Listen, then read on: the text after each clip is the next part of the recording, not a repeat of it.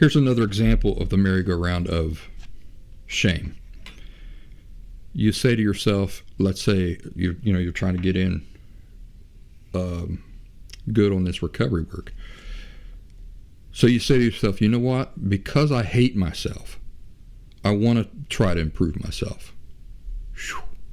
You've just grabbed a hold of the bars of that merry-go-round of shame, and you've just given it a spin. Because even though you're doing a good thing, there's no way you can say, well, a person trying to improve himself is a bad thing. But listen again to how you started it.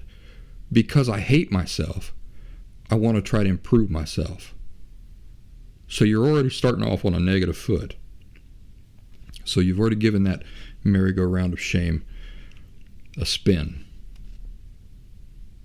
But your thought goes on. When I try to improve myself, it always seems like one step forward, 2 steps back. That's the next shove on that merry-go-round of negativity, or the merry-go-round of shame. You can call it however you'd like. Because it's 1 step forward and 2 steps back, what that means is that I'm failing. Shove. That's the next shove. And you're keeping that momentum going. And you're not only just keeping it going, you're actually increasing the momentum. Think about like the father at the park shoving the merry-go-round. The first shove just gets it going. The next shoves really increase the speed, don't they? Really increase the perpetual motion.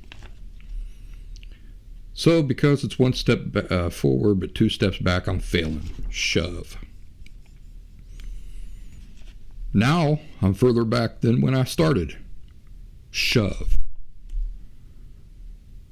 I'm never going to get to where I'm trying to go. Shove. I'm exhausted. It's all pointless. I might as well give up. Shove. Now that I've given up, I hate myself even more. Shove.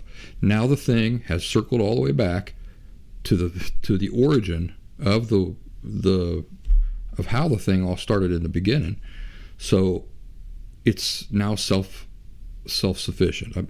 There's a term I'm missing, but it's a perpetual self-feeding thing. So instead of thinking about this work as something you want to do because you hate yourself, why don't you get off that merry-go-round of negativity, or the merry-go-round of shame? You can get off the merry-go-round of shame anytime you want, and the only thing that it takes to disrupt that perpetual self-feeding thing is to refuse to believe the negative and reinterpret the situation through a positive filter. So here's how that looks like. This is how you stop before the merry-go-round of shame even gets started, and you step up onto the merry-go-round of positivity, which is good for you. Looks like this. I don't like myself. Well, maybe I don't, but I'm learning to change that. See what happened? You just broke free from the wheel of shame, or the merry-go-round of shame, and you've given the first light shove to the wheel, or the merry-go-round of positivity. Since I'm learning to change, since I'm learning to go from not liking myself to liking myself, that's going to take some time. Shove. Now you're getting that thing moving. So I need to be patient with myself. Shove.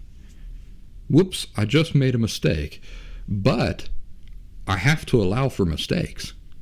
Shove. And now the wheel of positivity keeps rolling and rolling forward. Oh, and guess what else happens? You start to like yourself.